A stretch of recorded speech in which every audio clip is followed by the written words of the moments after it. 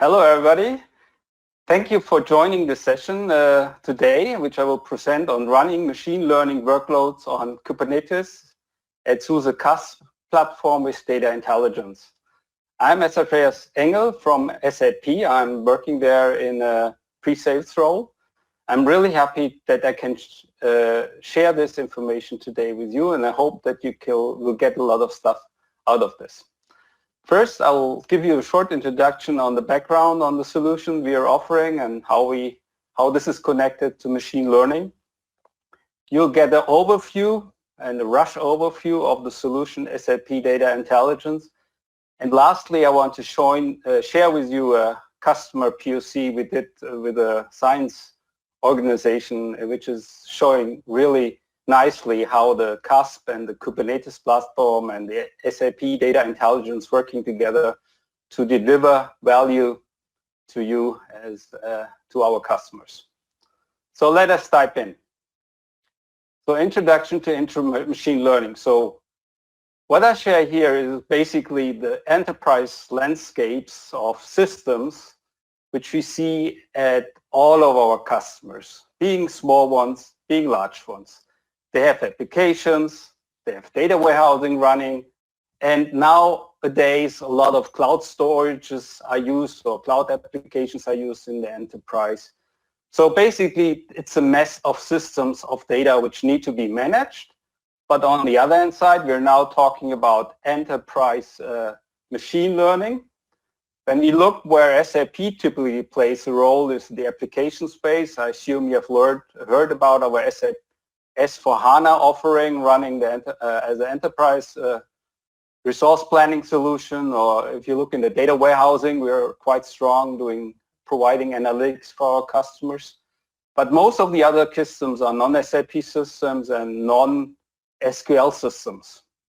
So if you want to look at enterprise machine learning, definitely enterprise machine learning runs across these data silos, because it's not enough to do machine learning on the data you have in the SAP system, but you want to connect it maybe as customer churn. You want to understand what the customers are talking about you on the internet. So you have a totally different data sources, and you want to match these and understand these and apply advanced analytics of this. You need to connect it. It runs through this. On the other hand side, if you look in this space on the technical requirements for enterprise machine learning, or another term being artificial intelligence, is definitely that you have to embrace as a company state-of-the-art big data concepts. It's not enough to stay in our S4 world, in our ERP world. You have to embrace open source for machine learning, like TensorFlow. All the open source R integration, Python is quite popular. And for this massive amount of data, you need to look into massive parallelization and distributed computation of computation resource allocation. And definitely it needs to be open, not just a closed lock in one enterprise provider as SAP, but you need to be open. And that's why, besides our strong enterprise ERP offerings, we have built this SAP Data Intelligence, which you see here on the right-hand side. We have built it right on the way on a distributed data system running on a Kubernetes cluster, and all the capabilities we offer here, and also the machine learning tools or the spinning learning algorithms are running in Docker images, and we provide the data pipelining, and that's why this is not in the typical area. If you look at SUSE, it wouldn't be the SUSE Enterprise as the runtime, but here we have the CaaSP solution. On top of this, we provide the SAP Data Intelligence solution so that you get machine learning, enterprise-ready machine learning capabilities. So let's dive directly into. We just have not enough time to go in the details, but let me show you. In the end, you have a real feel what this solution is like. So what do we provide? And if you look in machine learning, or if you talk to the data scientists either look in the internet what they are caring for, what is their problem, how they do their work, or talk to the data scientists in the organization, which are not typically in the IT organization, but somewhere else, so a bit connected. So what they typically do is, yes, they have to identify the data. So you need to be able to connect to any data source, which I show you. Then they do some data pre-processing. And this, so pre-processing, often these different silos of data have different IDs, they have different qualities. All this needs to be performed. All these tools or these steps are provided in the data intelligence solution. And then they start to do, in data science, we talk about model training. So you show, you put data into it, and the algorithms are determined. So they showed the Google TensorFlow, or the Google models, they showed thousands of images.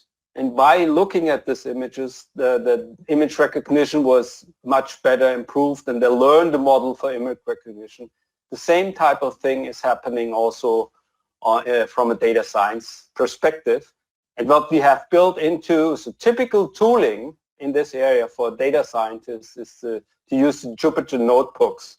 And we have, and what you see below here, we have built these Jupyter notebooks directly into data intelligence. But then comes the next step. If you have found, and that's a big problem in the enterprise, if you have found the model and you want to apply it to new data, like typically what happens already today when you enter Amazon or another internet job, and you click on something, and then there will be something recommendation. Others have bought this. And basically behind this, that's not just others have bought, but there's also other with your profile have looked for this instead. And to do this, you need to apply this model which you have learned on mass training. And again, this complete operationalization, running machine learning algorithms and scale it to masses, to millions of users or millions of petabytes, is offered in the solution. And they leverage here the Kubernetes below. Let me give you an example so that you get a feeling. The typical data scientist working with, let's see here, working in a poor coding way would have to code something like this to train a model, to put data into it. And typically what you need to do when you train something, you have a data set, you have to cut it in half, one for training, you understand it, you get a model, prediction model like this. Use the other half to look how good the model is doing. This is a whole steps of data cutting, data preparation. All this can be just put into a very easy data pipeline if you work in the SAP Data Intelligence solution. Just that you get a real impression how easy it is and how good this can be scaled. And the data scientists will be happy to have a tool like this on top of what they're using, because it's embracing open source. All the models they've used, they can reuse. And now, don't be scared. I said I don't want to spare you with a whole set of capabilities so that you get a real, not just the high-level marketing view, but the real view what is possible. I told you what is needed is the connector to data sources, that you can browse in these data sources. And that's shown basically on the left-hand side. We have all shown all the connectors which we have to the SAP solutions.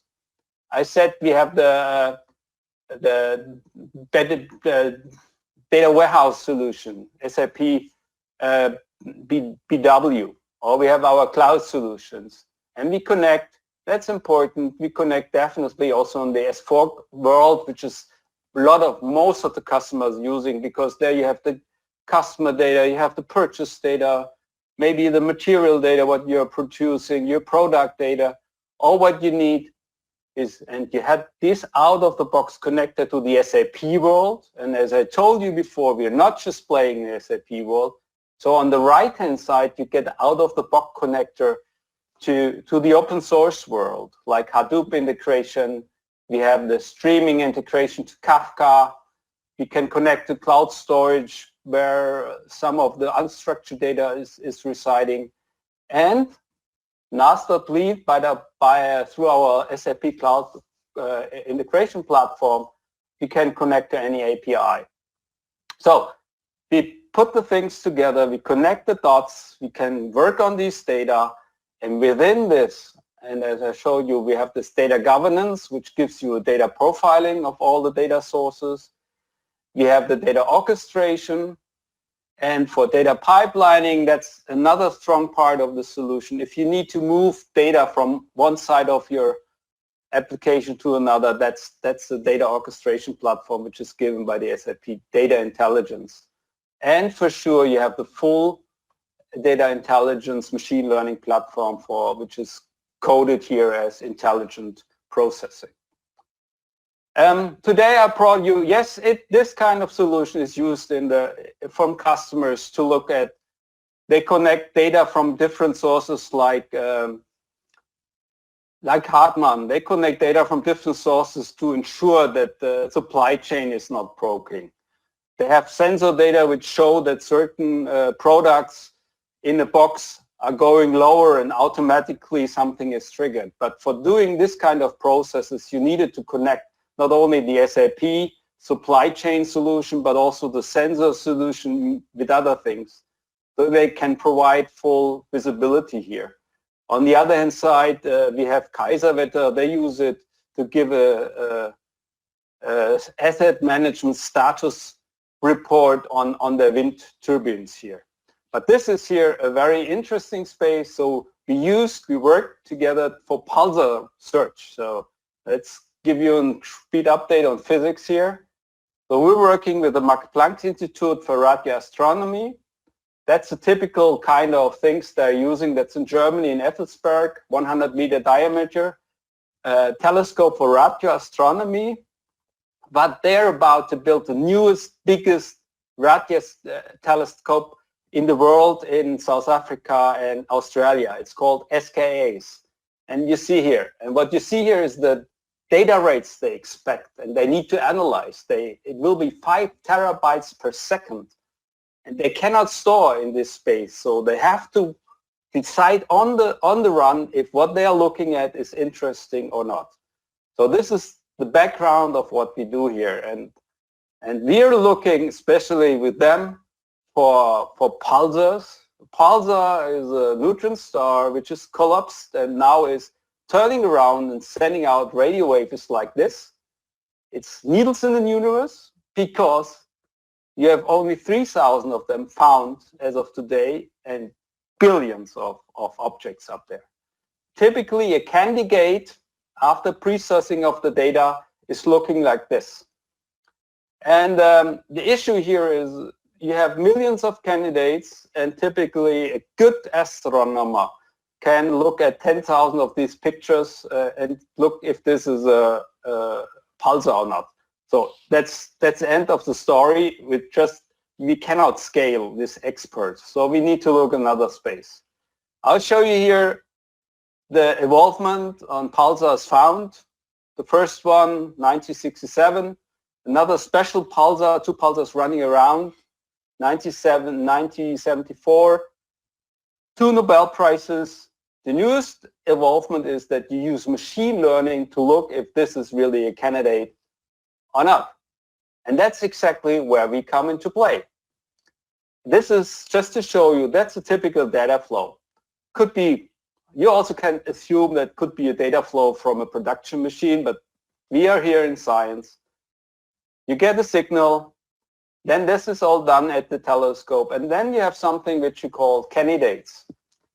And for the candidates, as I told you, you have machine learning models coded in Python, where you can say this is a candidate or not. So like looking at the picture, there's an animal or not in this picture. The same models look at this picture I showed you and say that's a pulsar or not. So this needs to be done, and you have many of these models today, and you need to parallelize this. You have many candidates, millions of candidates, and you're looking if one of them is a new pulsar, and you need to automate this. Today, every astronomer is coding it himself. He's using Python, pipelining, a lot of coding. He cannot reuse the code of the other guy. But what we did is we used data intelligence solution, and that's basically the POC setup. We are streaming the delegates via an Amazon account. As I said, we can connect to the Flop store, we can connect to the cloud store. And in the data intelligence, we do the scoring, the calculation on a Kubernetes cluster run on Suse software. Let's give you a very short demo so that you have a feel of what the solution looks like. So that's basically how it looks when you enter in the data intelligence. You have different tiles. That's a typical Fiori interface from SAP. You can connection data, and here you have the modeler data. What we want to look at is we look at the monitoring. The system is running. Behind we have the Kubernetes running. So we do double click on the monitoring tile. And what we see here is the dashboard on the different, you see the current running pods, current running data pipelines. You get an overview of the week, you get an overview of what is running. You would also get an information on when something stopped or didn't fail. So let's look into the currently running pods as of today. We look at the instances. You see already the instances relate to the pods you have running on the Kubernetes cluster. And here you see several of these data pipelining or machine learning algorithms, machine learning paper run in parallel to, you have here the massive parallelization of the analysis. And if you look into it, we get the information which kind of data pipeline is running here. I just want to come back. So it's very easy. You see the status running. But the interesting point is, here is where the new candidates come in. We score, you know, when you look in a certain area of the sky, we need to define the angle and stuff. So this we store in a HANA database. Then we do the scoring. And the final result is put back in SAP very fast in memory database. So, and what we showed here, and I'll go back to the presentation, so you have a glimpse how these things are going and scary working.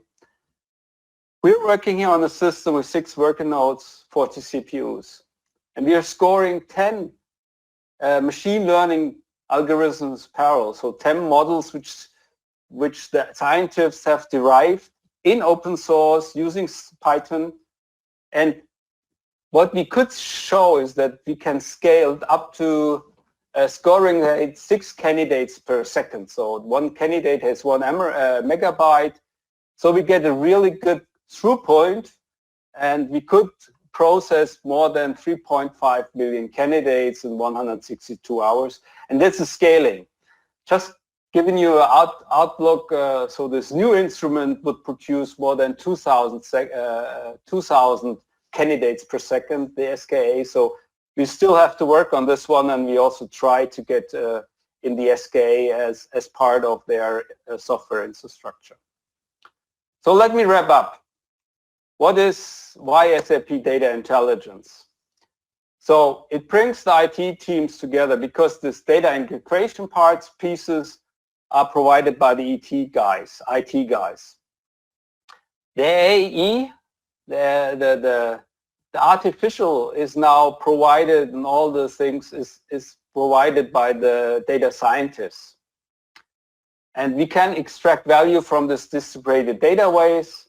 And definitely why? Yes, we have open technology, leveraging TensorFlow, R, Python, and we don't working on a lock-in vendor, because this can be, and that's the strong point, the solution can be